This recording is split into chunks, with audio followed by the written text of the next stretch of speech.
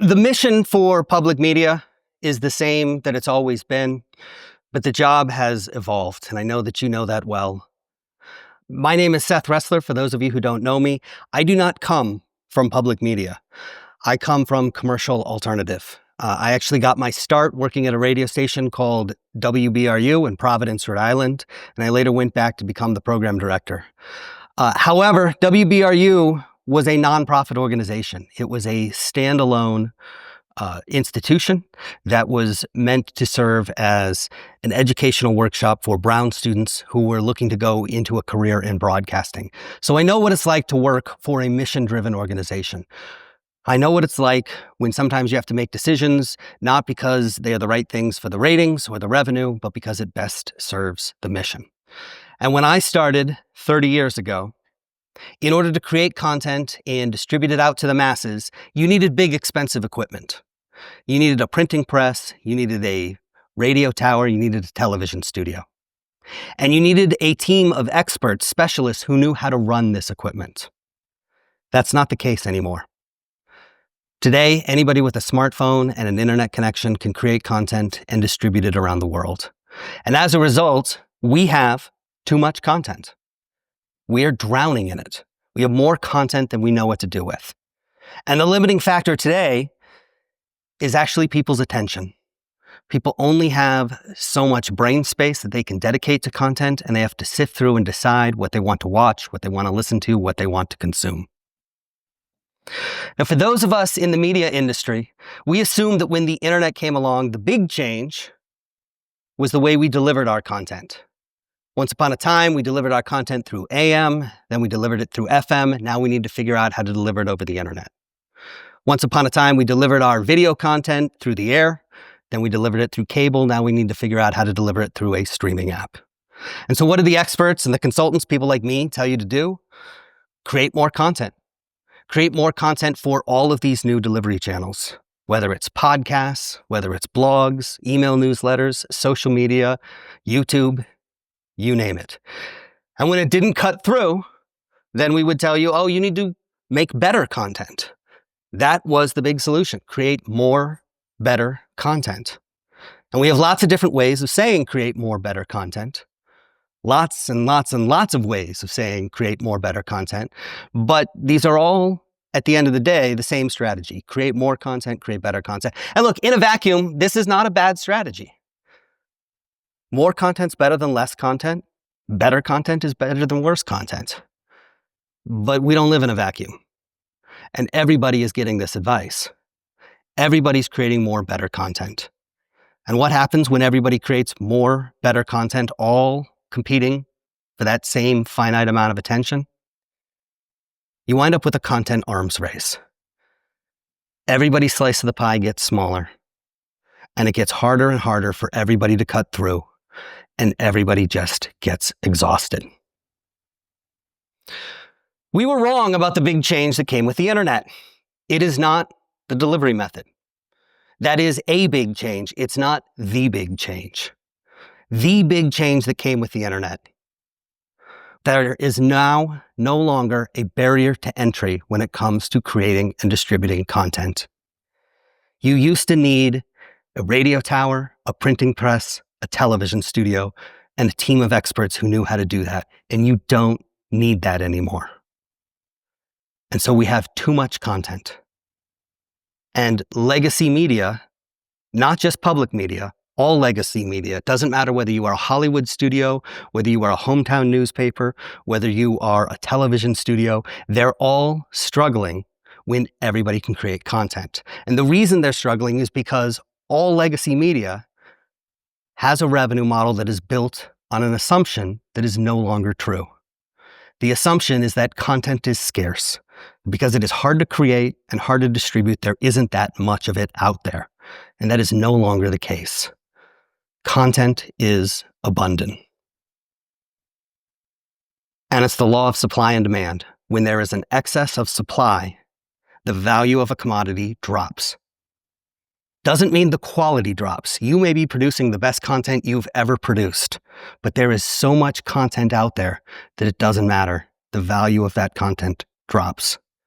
And so the way media organizations are going to survive is to figure out what is scarce and to provide that to audiences. This is Catherine Marr. She is the CEO of NPR, and before the rescission happened, she went and she made the rounds on the media. And she made the case for why public media should be saved. And in doing so, she invoked the crown jewel of public media, Sesame Street. Talked about how important it was, and it is really important. It was really important. In the late 60s, there was no high-quality educational programming for children, and we needed that. The goal of public media was to serve the underserved, to fill those holes where something wasn't being provided, and the free market was not providing high-quality educational content for children. And so Big Bird came along, and I love Big Bird. I learned my numbers and my letters from Big Bird. I watched it on KQED every single morning. But today, we are no longer in a world where there is a shortage of high-quality educational content for children. Some of you may be familiar with Miss Rachel, who's a school teacher, just started making videos on YouTube, and they took off. Was so successful that Netflix signed her to a deal, and now she's doing crossover episodes with the Muppets from Sesame Street. The mission of public media is to serve the underserved.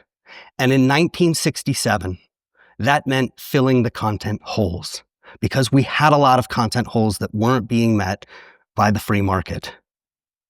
But today, when the barrier to entry for creating content is so low, there are far fewer holes in the content landscape. The one exception is actually local journalism, which was not a content hole in 1967 because you had strong newspapers and strong televisions back then, and we don't anymore. So the question is, what is the hole today? If people are being underserved, how are they being underserved, and how can we meet that need? And fortunately, we have a study that has answered this question. There's a big session on it yesterday. It is the Researching Unmet Needs study. It was a survey of 30,000 Americans to ask them what they needed from public media. And the number one finding, there's a powerful craving for community and live local connection. People want to know their local areas better and to connect with other members of their community, not only virtually, but live and in person. And it shouldn't be surprising that the study said this, because it's not the only thing that's saying this. This is Dr. Vivek Murthy. He's the former Surgeon General of the United States. He wrapped up his term earlier this year, and before he did, he issued one final prescription for America. He could have talked about anything in his final moment. He could have talked about bird flu, or the need for vaccines, or the health insurance industry, or gun violence. So what did he choose to talk about? He said, as I finish my tenure as Surgeon General, this is my parting prescription, my final wish for all of us. Choose community. America and the world needs a new generation of community builders, a generation defined not by age, but by spirit, by a fierce, unyielding commitment to each other, and a clear-eyed, full-hearted recognition that we are kin, not enemies, and that we fundamentally need each other. We must be that generation. It is up to us to reject the pessimism and the animosity of our time, and instead to choose courage and hope. The choice we make to build community has the power to change lives and transform society. He's not alone. This is former Harvard professor Robert Putnam. Putnam is best known for writing a book called Bowling Alone, in which he popularized the concept of social capital. And a year ago, I hosted a virtual event on behalf of Paragon, where we featured Robert Putnam as a speaker. And I asked him to explain social capital. What is social capital, and why is it important to democracy? It's just those social connections and the connections of trust and reciprocity and so on that we have with other people, with my kids or with my next door neighbors or with the people in my church or the people in my bowling league. Those turn out not to be trivial, but to have huge connections, both for us individually and for our society. And maybe some of the people listening into this will have noticed, I don't know about your health, but our democracy is a little fragile, and therefore it's really important nowadays for all of us that we just worry about how to reconnect America. And can I just say lastly, I have said for a long time, for the last 25 years and more, I've been saying that this is directly related to the core of public media. That is, the same factors that influence the audiences of public media are exactly the factors that make those very same people high in social capital. So if public media prospers by getting more people to pay attention to public media, public radio and public television and all the rest of it, that will help your bottom line, or if you don't have bottom line, but it'll help your mission, but it'll also save America. So it's a big deal, not just for me, but for all of you. I'm not here today to talk about how we save public media. I'm here today to talk about how we save America. Because when the experts say that we need community to save American lives, to save democracy, when Americans say that, they're talking to you. They're looking to you to do that.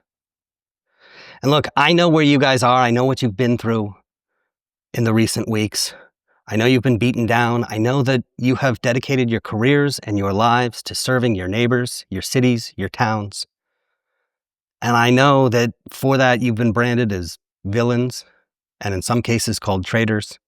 I know that promises were made to you about the resources that you would get to do your job, and that those promises have been broken. And that because those promises have been broken, some of you are watching your friends and your colleagues lose their livelihood. So I get it if you are not in a particularly generous mood at the moment. But I want you to dig deep because Americans need public media. And so I want you to remember the words of John F. Kennedy. Ask not what your country can do for you, but what you can do for your country. Americans need you right now, but what they need from you is not what they needed in 1967. They need something different. So I want to talk today about what that is. And it starts with this. And if there's one thing, and I think you set this up very well in the introduction, if there is one thing you remember from this session today, it is this. An audience is not the same thing as a community.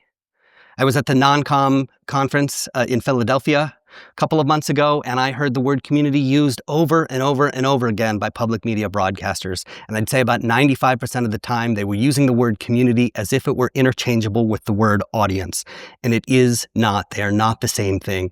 And it's really important that you understand the difference, because if you don't understand the difference between an audience and a community, then you aren't going to be able to build real community. And that's what we need you to do. So, when we talk about community, this is what we're talking about. A group of people who share a mission and a mutual concern for one another. And so I'm going to introduce you today to some people. Some of you may already know them, but these are public media broadcasters who are building real community, not just audience. This is Bee Free from Radio Milwaukee. She runs Grace Weber's Music Lab. This is Will Davis from WYSO in Southwest Ohio. He runs the Center for Community Voices. Francesca Fenzi from KQED, which is in San Francisco and Sacramento. Ethan Raup from KEXP in Seattle, which has now moved into the San Francisco Bay Area. And Bruce Warren from WXPN in Philadelphia. I had an opportunity to talk to all of them, and I'm going to share snippets of my conversations with you today. And in the course of doing so, I'm going to reveal to you 3 secrets that I learned about community building that will help you build communities back in your own cities and your own towns and your own markets. So here is secret number 1. To build community, you must create a space. You cannot build community with content alone. You all know how to build an audience. To build an audience, you create content, and if that content is compelling, it will attract an audience. But to build a community, you create a space where people can come together, a space like this one here, where we come together and connect with each other. Audience members, by and large, do not connect with each other. They do not have meaningful relationships. Community members do. That is the defining characteristic of a community. So you must create a space. You cannot create a space with content alone. How do you create a space? Well, we have a couple of different tools to do so. First, we have in-person events. We can bring people together in real life. Now, thanks to the internet, we can also use online groups, things like Facebook groups or a Slack channel. Many of you are in the PMCC Slack channel where you can connect to other people. Or virtual events, which are online, but they happen in real time. And the way that you are going to use these three elements to build your space is going to depend on the type of community you're building. So if you're building a local community with a small number of people, you're probably going to lean much more heavily on in-person events because it's real easy to get the book club to come together and meet up at the coffee shop or at the public library or in the park. But if you're building a community that is spread out over the entire state or the entire country or even the entire world and has hundreds or thousands or even tens of thousands of members, well, then you're going to rely more heavily on the digital tools. But the thing that all of these spaces are going to have in common is that the members are going to have a shared mission. They're going to have a reason for coming together and connecting with each other. And so I want to introduce you to 4 communities being run by public media stations. I want you to pay attention to how they are building their space. Some are leaning more heavily on in-person events. Some are leaning more heavily on the digital tools. But I also want you to pay attention to the shared mission of each of the community members that are being built in this space.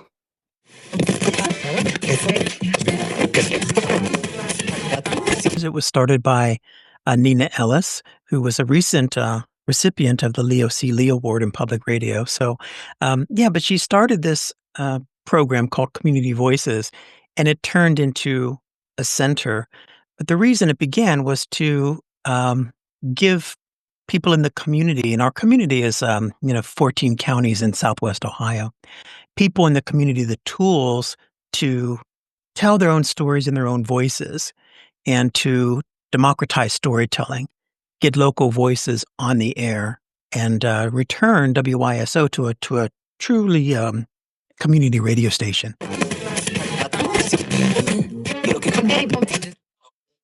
Grace Weber's Music Lab is a monthly masterclass and open mic space that is specifically geared towards local teens in the city.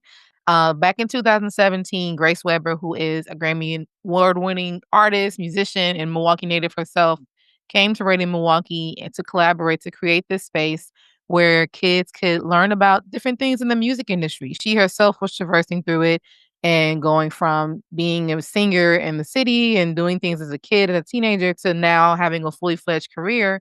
She was hoping to bridge that gap. So she wanted to create something just to give kids all the information they could get that they weren't necessarily getting solely in school.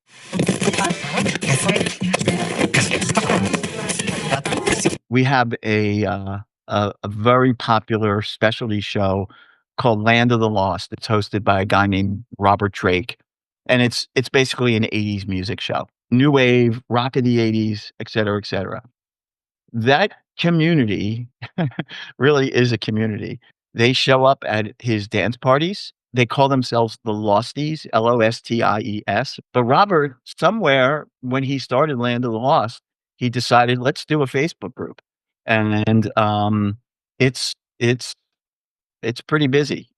People talk to each other. Robert barely does anything in it. It's like, it's the fans who, like, Robert will post a theme for the week, let's say, and the users will just go to town, right? They'll be talking to each other about, a certain kind of music that came out in the 80s. And, they'll go down rabbit holes discussing bands that, popular and obscure.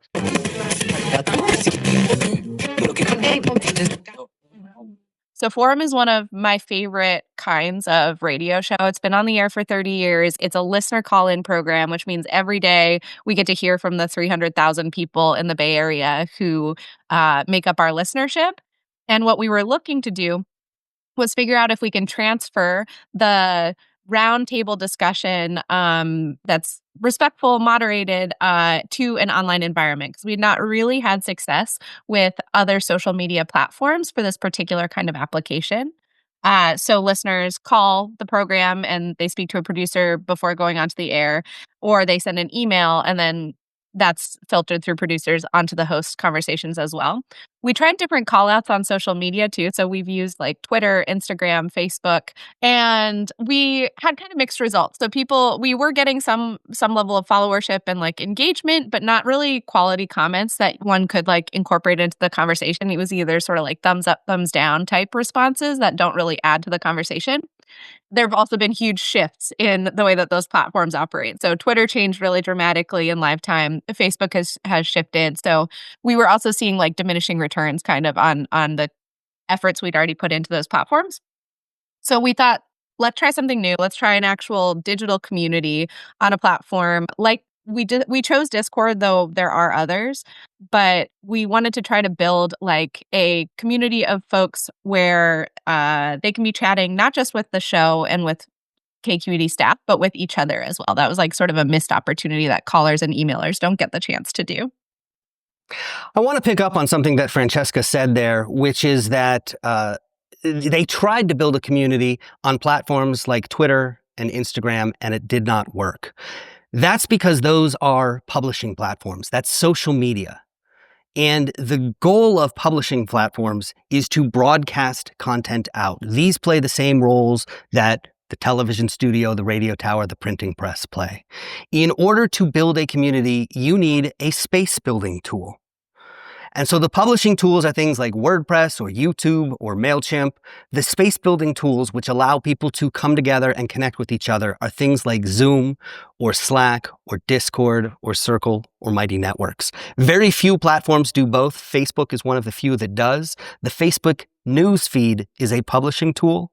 Facebook Groups is a space building tool. But you cannot build community on TikTok. It's a publishing tool. I also want to point something out about in-person events, because there's an assumption that if you produce events, you are naturally building community as a byproduct. And not all events are good at building community. Some events are designed to build audience. They are designed to get content in front of a large number of people.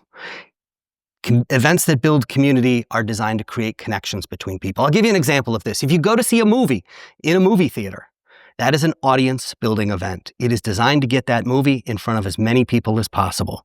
And you are literally told before the movie starts, don't you dare talk to the guy next to you. Movies do nothing to build community. On the other hand, if you go to a social networking or a speed networking or a speed dating event, those are designed to build relationships between people. As a general rule of thumb, you can tell the difference by looking at the seats. If the chairs are all pointed in one direction, then you're probably building audience. They're pointed towards a stage or a screen, you're probably building audience. If, on the other hand, they're pointed at each other, like around a campfire or around a coffee table, then you're probably building community. I want to disagree with one thing that I heard said yesterday, which is that you can build community by hosting concerts. By and large, the seats in concerts are pointed in one direction towards a stage, and people do not build relationships with other people when they're screaming at, the performers that are on stage. However, if you host a tailgating party before that concert, you are now building community. And you can do that with events. You can have events where there is a portion, like there is right now, where all the chairs are pointed in one direction. And then there are other portions where the chairs are pointed at each other. Let's take a look at how they're doing that in Grace Weber's Music Lab, because they started with a workshop and that was it. And all the chairs were pointed in one direction. And then they added other elements. Something that we have built in over the course of the last few years is something called a teen social hour. Because at first we were just having the programming and kids were coming at all different times because they're coming from different high schools. So the teen social hour happens right the hour before the lab starts at 5. And kids are all coming. They're eating pizza. We're providing for them. We have a DJ, one of our own hyphen DJs or somebody from the community is providing the vibe and music for them. And they're all sitting in the area outside of the performance space, the lobby. And this is super cool because this is also a space that is kind of created for you to be amongst other people. We have couches, we have lounge chairs, we have tables. So no matter where you are in that space, you're going to be in somebody's space that, you may not even know, or maybe you do know, but just wanted to kind of like have more time to hang with them. It's created for it to feel like a party. We want it to feel like a very chill, calming, just you to kind of get situated before you even come into the lab. So once that happens, we're also continuously encouraging regular engagement and activity and talking, and then once the actual lab starts and people start to get more comfortable, we also created a space for post lab where we have a little bit of a mini social hour where it's like, oh, okay, all these people you just saw them perform on stage, or you just heard somebody ask some really good questions. Talk to them, exchange numbers or exchange social handles because everybody has social these days, get to know these kids outside of music lab and see where you guys might be able to have some room for collaborative creativity, which we are always seeing examples of every season of the program, which is amazing. And we really just try to build that into a part of being in music labs. So to be clear, I'm not telling you don't host concerts, but I'm telling you that if you are going to host concerts, understand why something like Burning Man is so much better at building community than your average everyday concert. And it's because of everything else they do around the onstage performance. Communities are judged by the quality of the connections people make in the space. And this is different for those of us who are used to thinking about audience. When we think about audience, we're just trying to get them to be as big as possible. But that's not what you're trying to do with a community. You are trying to make sure that the connections people are making, the relationships they're forming, are high quality. Here is Ethan from KEXP talking a little bit about this. Sense is that there has been a trend for many years of focusing on audience development. And there are good reasons for that. As I said earlier, we focus on audience development. So I am not casting aspersions at any station or anyone who is focused on audience development. Also, it tends to be a more superficial way of looking at the world than community building. If you're serious about community building, then you have to ask yourself questions about how do you connect emotionally with your audience? That's a different question than how do you reach more listeners? It's a different question than just looking at your monthly Nielsen book. It gets to questions about who you are. What do you stand for? Why should people care? And it's not enough to lean heavily or too heavily on the same syndicated content that you can find almost everywhere else. And so, again, I want to be careful, but that's the opportunity in this moment is for stations to rethink how they answer those questions and how they serve their communities and whether or not there are ways for them to build deeper relationships based on the content and the personalities that they're serving up. So one of the most important things to recognize is that bigger isn't always better, because you want quality connections in those relationships. And sometimes smaller actually gets that done better. Now, one of the things that's really important when it comes to building your space is making sure that it's safe. Because if the space is not safe, people simply aren't going to come back. And then they aren't going to make those connections. And safety doesn't just mean physical safety or freedom from harassment, but it also means that people just feel comfortable being in that space. Let's take a look at what safety means for these communities. I think it takes a real vulnerability and a real bravery to put yourself in that situation, to share something creative and artistic that you did and ask for feedback, and not just compliments, but genuinely, how do I make this better? That's hard. And so I think in order to be able to do that successfully, people have to know who their neighbors are and who their peers are and feel comfortable with each other. I want them to know that there's no obligation, because I have a lot of students that also are afraid to come sometimes because they think that because by signing up, that means they have to get on stage, and that's absolutely not the case. So it's really just me squelching any inconsistencies or uncertainties and making everybody feel the same level of calm and ease of being in the space and knowing that we are solely here just to bring you this information and to allow you to have a space where you can just be yourself. So one of the ways to ensure safety is to have rules and to enforce them. Here's how KQED does that with their Discord forum. we follow kind of a really clear, like, 3-strike method, depending on the severity of the issue. If somebody comes in and violates one of our community agreements in a really, like, willful and, like, harmful way, that could just lead to an immediate server ban and, that's it. We had this happen once. Somebody came in and spewed, like, a long range of, like, hate speech with, like, no clear intention to participate, or, like, new member popped in, ranted, like, a bunch of hateful words, and then, was immediately banned. So that kind of situation, we just move along quickly. For something that's far more common, which is where maybe somebody just steps over the line or things get heated and conversation kind of spirals in an unhelpful direction. Usually, what we look for is other community members calling for mod intervention. If they can handle it themselves, that's the ideal. If they can't, and that's where our staff comes in and will review what's happening. Those are the things that were really clear. It's like, be specific about what rule's been violated, literally reference it, give a clear directive for how the users involved can move forward and remain in good standing.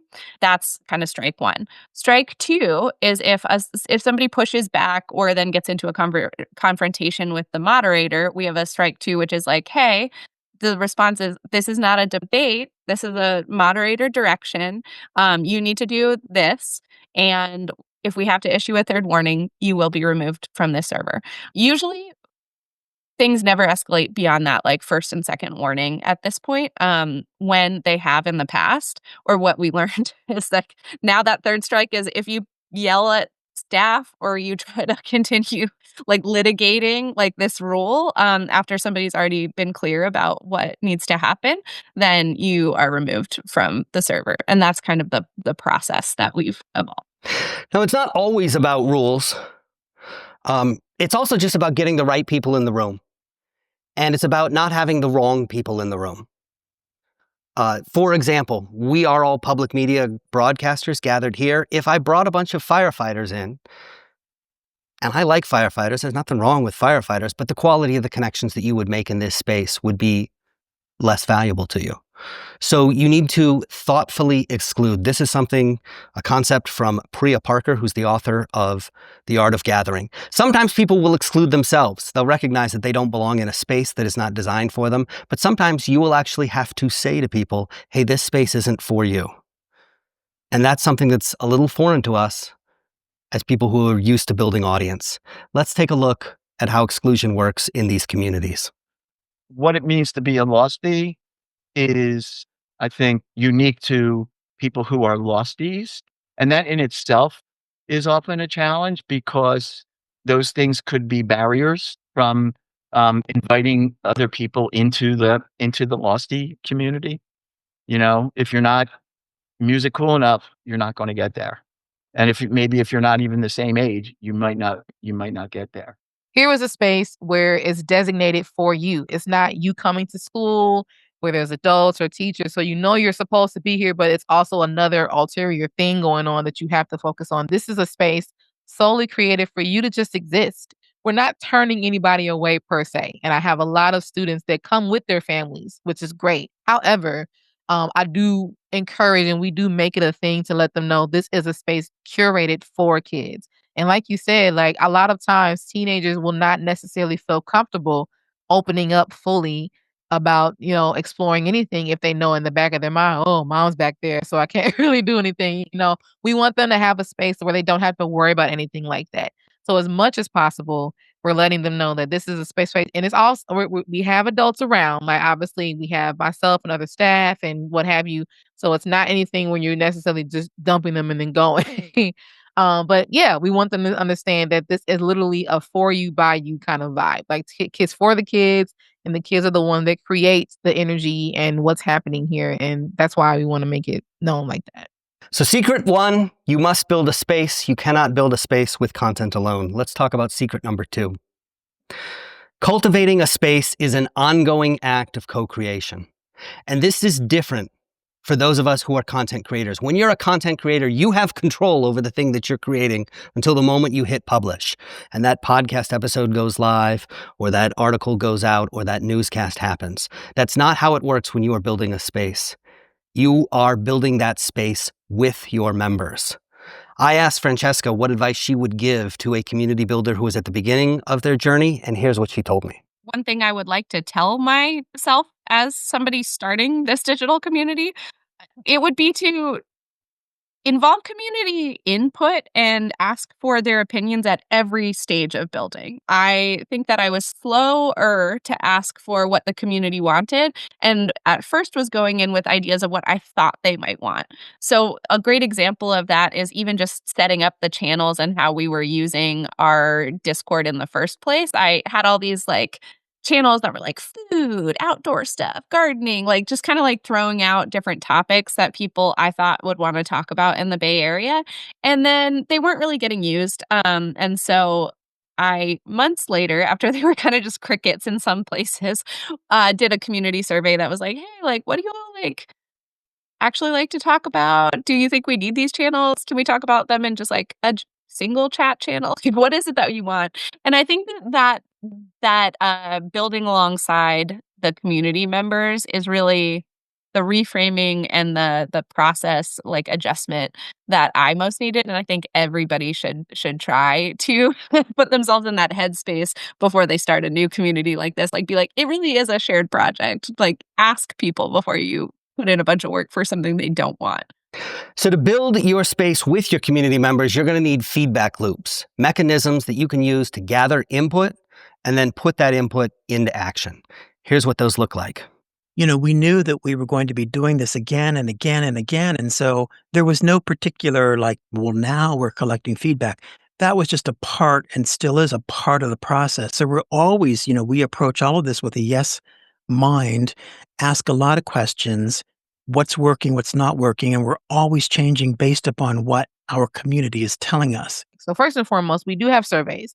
Every student gets one and they are filling it out throughout the session and they're answering specific questions about what are you learning today? What's something new that you learned? Or what did you come here expecting to hear? Or what's something that you would like to see in the future?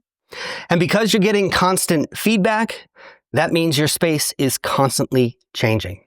The fun of this industry is that it's kind of different, from year to year. So I wouldn't become too precious or too invested in any one particular kind of space because it probably will be changing soon enough.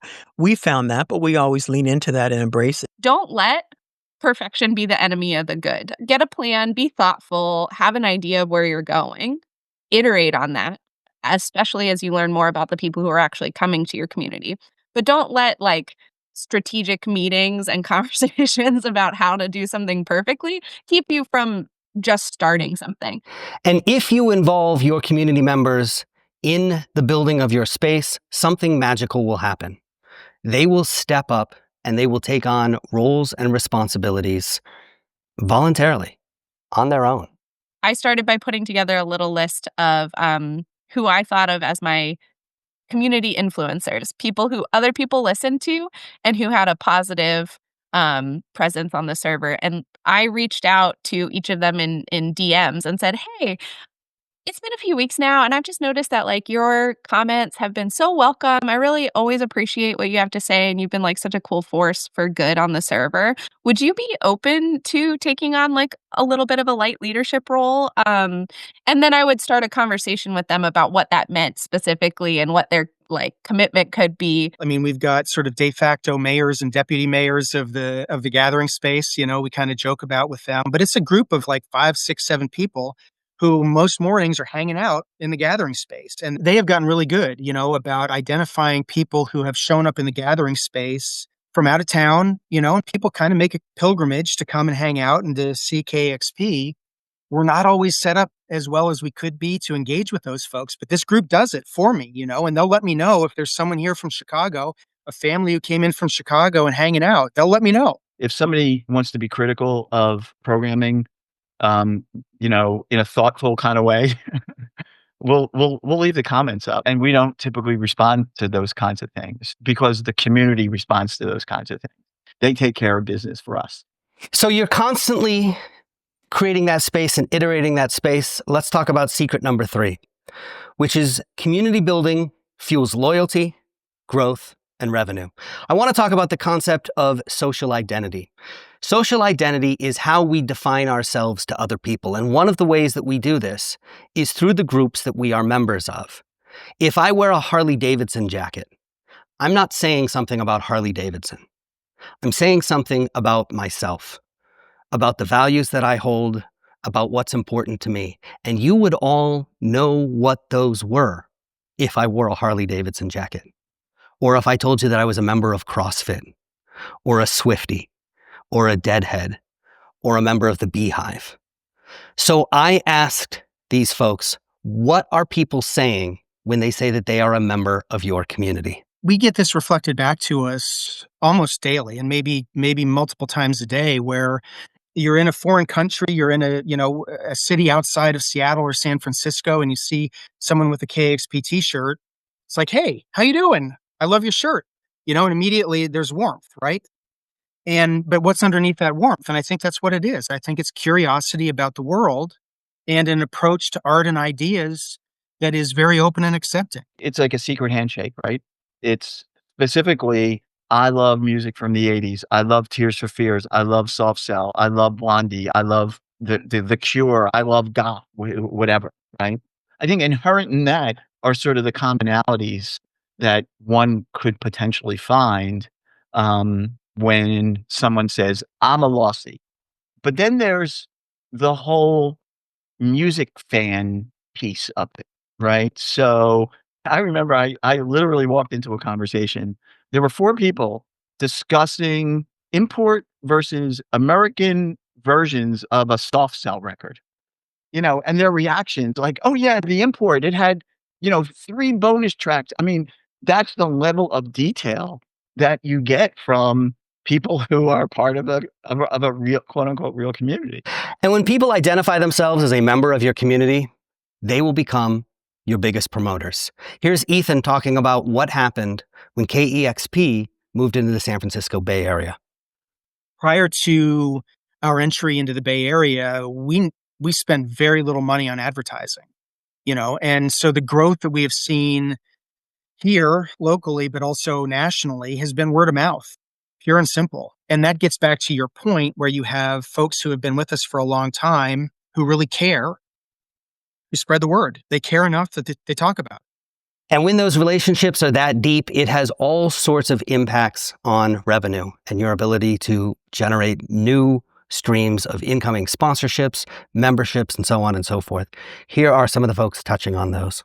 We're a public radio station, so also when we are fundraising and we have membership drives, certainly the local content that we have created, the local stories, when our audience, hear these local stories and hear their neighbors, and that makes a more compelling pitch, I think, in terms of raising funds. From a revenue building perspective, I think the events have been extremely successful in bringing in sponsorship dollars. And so what I'm really excited about is we did our most recent survey of the community in May of 2025 and found about half of the community are existing members and supporters of KQED, like financial members. The other half, 65% of those, the ones who are not members, express that they have a increased likelihood to support based on participation in the Discord community alone. So they're saying this digital space exclusively is what has increased my chance of membership. And the benefits are not just monetary. Some of them are, quite frankly, intangible. I'm always so excited when other community members find commonality and make relationships that don't go through me or don't go through KQED as an organization, and instead are like a chance for them to really make friends and find connection with other public community members. For example, we have lots of little kind of subgroups on our KQED Discord server now, but it's been cute to see those people interacting now for months at a time because they also have gotten to know one another and each other's like ideological boundaries really, really well. And they'll kind of make jokes about how well they've grown to know each other's worldviews, which I think is really sweet. We also have people who will build relationships over their like geographic similarities too. So we have some users who are all in the East Bay, in the Bay Area, and will be exchanging things like their favorite restaurants to go to or gallery and art shows that are happening over the weekend. And the moments that really feel like serendipitous and fun are when those people encounter each other in the real world. A couple of them have gotten engaged and maybe even married because of these parties. But what I love the most about Music Lab is there is a really great amount of intangible success that we have every single year. Because once they graduate and go on to college and do whatever we hope that you are encouraged to do something with what you've learned in this space. We've had instances, actually just recently, where one of our students went and tried back out for American Idol. And myself and Grace were one of the first people that they called to let them know that, it was because of my time that I spent at the Music Lab that I was able to redevelop the courage and instinct to really feel like I can do this. And those are the things that are really hard to track on paper. But at the same time, they're really, really important to note because that's the biggest success that I feel like the program is able to provide. So those are the 3 secrets. To build a community, you must create a space. You cannot build a community with content alone. Cultivating a space is an ongoing act of co-creation. It is something that you do with your members, not just for your members. And finally, community building fuels loyalty, growth, and revenue. I'm going to start where I began. The mission of public media is the same as it's always been, but the job has evolved. What Americans need from you now is not the same thing that they needed from you in 1967. What they are lacking is real connection, real community. So the job today is to create spaces, connect people, and build community. And when you're ready to build your space, please come find me. Thank you all for being here today.